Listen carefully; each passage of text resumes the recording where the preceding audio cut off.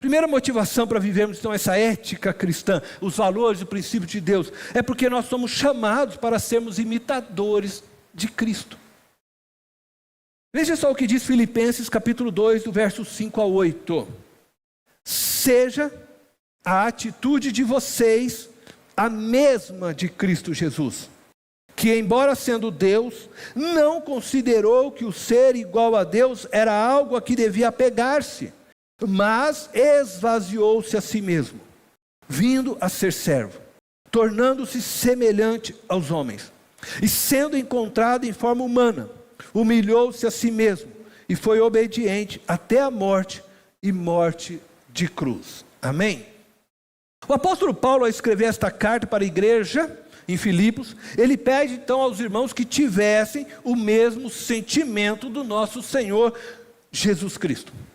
Paulo estava motivando os irmãos a serem imitadores de Cristo.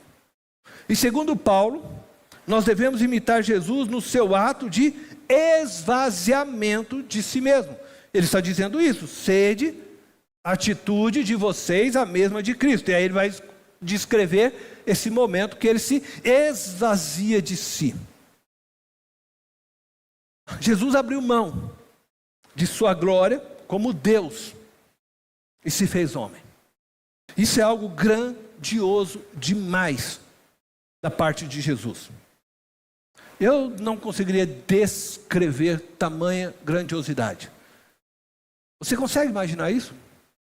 Pai, Filho, Espírito vivendo a eternidade plena, perfeita, criando todas as coisas, Deus eterno na sua glória, e de repente Jesus deixa tudo isso, deixa toda essa glória, todo esse poder. Veja só, quando nós estamos falando de Jesus, Jesus criou todas as coisas. Quando você vai ler a epístola 1 de João, ou mesmo o Evangelho de João, logo no começo, no capítulo 1, vai dizer sobre isso. Ele estava com Deus, por meio dele todas as coisas foram criadas.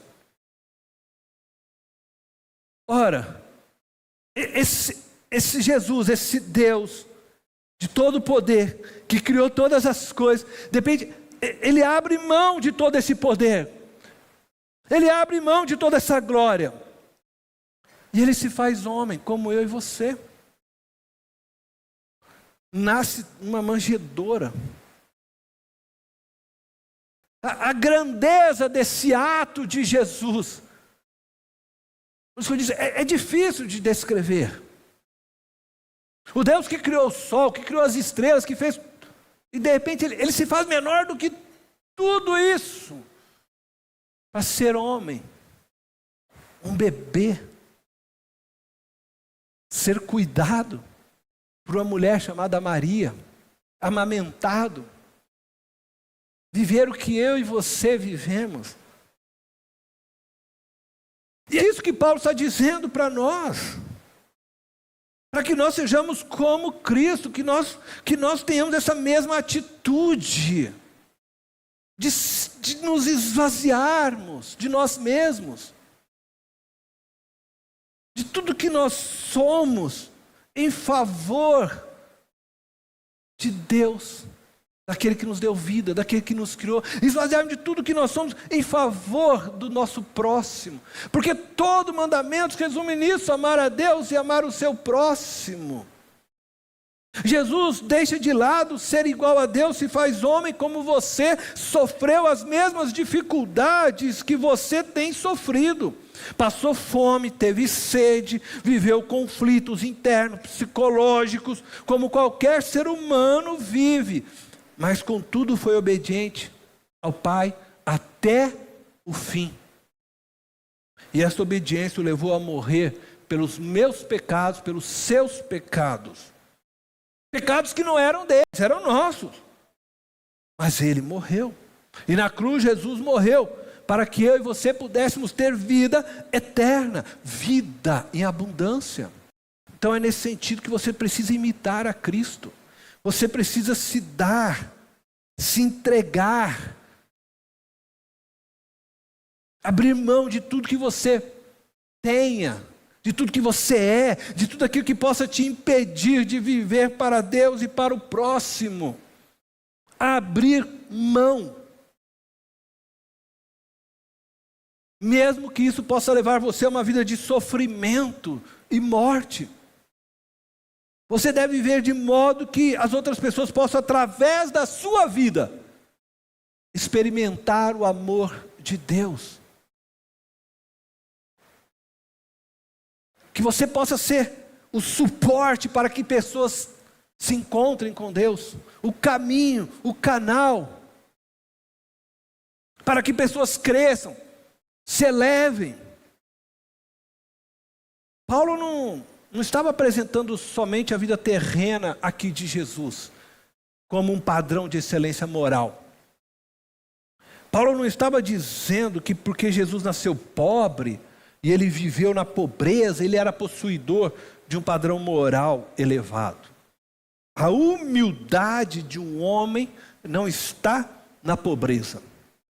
Assim como a soberba, ela não está nos bens materiais que um homem possui. Muitas vezes nós julgamos assim. Nós olhamos para alguém que é pobre, que está vivendo miseravelmente, e aí nós falamos, nossa, que humildade. Às vezes que a pessoa não tem nada de humilde. E às vezes a gente olha da mesma forma para alguém que possui muitos bens, e logo já julgamos que a pessoa que possui muitos bens, de soberbo. Nossa, que a pessoa é soberba, está andando com o carrão. Às vezes para ele, aquilo lá é insignificante na sua riqueza. Não significa que aquela pessoa seja soberba em si.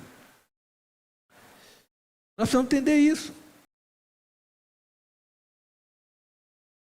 O soberbo é aquela pessoa que se apega ao que possui. Bens materiais, o nome, o status social. Ela se apega a alguma coisa que possui para se definir. E assim também se impor sobre as demais pessoas. Soberbo, então, é aquela pessoa que muitas vezes, por alcançar, por exemplo, um título, ela usa desse título para se impor sobre as pessoas, para se fazer maior que as pessoas, ou para se apresentar. Aí a pessoa vai se apresentar, por exemplo, eu vou só usar aqui um nome de referência, alguém aqui chama, não estou aqui dirigindo, mas por exemplo, a pessoa chama Peter. Mas para se apresentar, ela se apresenta, eu sou o doutor Peter. Por que ela precisa se apresentar o doutor? Ela é o Peter. Mas ela gosta de botar o doutor na frente porque ela quer ser reconhecida desta forma pela sociedade, pelas pessoas. Eu sou o doutor Peter. Eu sou o reverendo tal. Elas se apegam a títulos. O soberbo faz isso. O humilde, ele sabe quem é. A pessoa humilde. Ele sabe o que ele possui. E ele não deixa que o seu ser seja definido pelo que ele tem, ou pelo que ele alcançou. Ele sabe distinguir aquilo que um título veio por causa de algo e aquilo que ele de fato é. Porque quando Deus chega até nós, você não é doutor nenhum. Você é só um ser humano que ele criou e que você precisa se apresentar diante dele, falar com ele. E a gente precisa entender isso. No fim somos todos assim. E seja uma pessoa pobre ou rica, ela deve sempre se ver como serva. Servo de Deus. Servo das demais pessoas. O apóstolo Paulo, então, escreveu sua primeira carta à igreja de Corinto, lá no capítulo 11, versículo 1, ele diz assim, olha, sede meus imitadores, como também eu sou de Cristo. Ousado, né, o apóstolo, ele chama as pessoas a imitá-lo agora. Mas ele faz isso por quê? Porque ele estava imitando a Cristo. E ele sabia que se as pessoas olhassem para eles, iam ver Cristo e não ele. Então ele diz, sede meus imitadores. Não é que ele está querendo que eles imitem de fato a ele. Eles querem que as pessoas vejam Cristo nele e imitem depois a Cristo. Você pode falar isso para alguém? Sede meus imitadores, porque eu sou imitador de Cristo. Paulo, ele foi circuncidado ao 8º dia. Paulo era da linhagem de Israel, da tribo de Benjamim. Hebreu de Hebreus. Diz o texto bíblico que quanto à lei, fariseu, isto é, alguém zeloso pela lei, perseguidor da igreja por causa deste zelo. Quanto à justiça que há na lei, Paulo se dizia irrepreensível. E por tudo isso, Paulo podia até mesmo esperar, sim, em seus dias, alguns lucros, como prestígio de tudo isso que ele tinha, possuía, que ele alcançou. Influência no sinédrio, trânsito livre nas altas esferas do judaísmo, amizades com as altas autoridades romanas, possessões, isto é, fama, riqueza. Enfim, ele poderia ter tido uma carreira brilhante. Tudo isso era um grande lucro. Até o dia em que ele ouve a voz de Jesus: Saulo, Saulo, por que me persegues? Essa maravilhosa experiência no caminho de Damasco mudou os valores, os conceitos, as perspectivas e expectativas de Paulo. E trouxe a ele então uma nova motivação de vida. Paulo desejava agora ser o imitador de Cristo.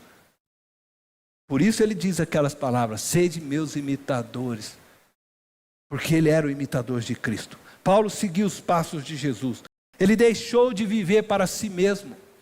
Ele abandonou todos os seus sonhos, todos os seus projetos, para viver os sonhos e os projetos de Deus.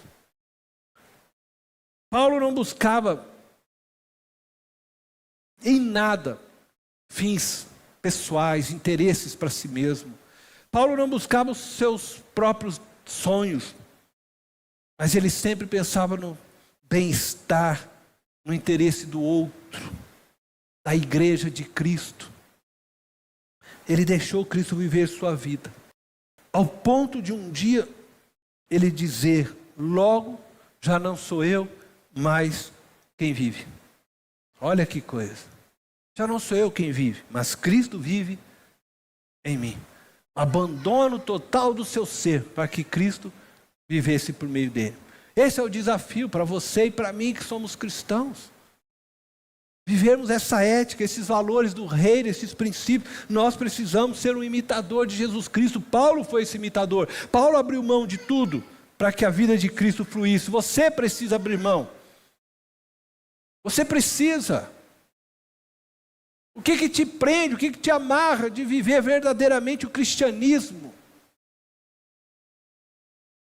Que essa vida de Cristo, esse modelo de Cristo, desse Deus que deixou a sua glória, todo o seu poder, se fez homem, fez tão pequeno e fraco como eu e você, para que você pudesse ter vida e ser salvo, que esse exemplo dele possa ser suficiente para te motivar a viver a ética cristã, os valores de Deus. Abra mão de si mesmo por amor a Deus.